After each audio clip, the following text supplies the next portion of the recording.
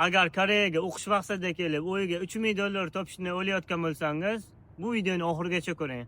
Ko'pchilik Koreyaga pul topish maqsadida keladi. Agar Koreyaga til kursiga kelsangiz, bu eng katta qilgan xatoyingiz bo'ladi.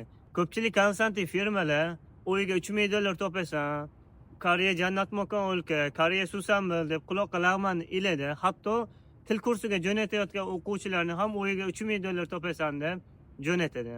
Lekin bu $3,000 o'zi qayerdan kelib chiqqan? Bu $3,000 u karantin paytida qolib ketgan. Hozir vaziyat umuman boshqacha. Hatto ishchi vizadagilar ham Koreyada $3,000 topish juda qiyin. Koreyaga til kursiga kelsangiz, haftada 5 kun o'qish bo'ladi. Shanba, yakshanba dam. Deyarli ish bo'lmaydi.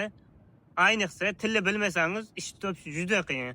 Shunda ham u yerga $3,000 qanaqasiga topish mumkin? Matematikaga ham to'g'ri kelmaydi.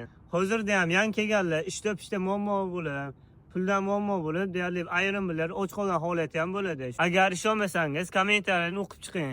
Til kursiga kelganlar boshida qanchalik qiynalganini yozib ketadi.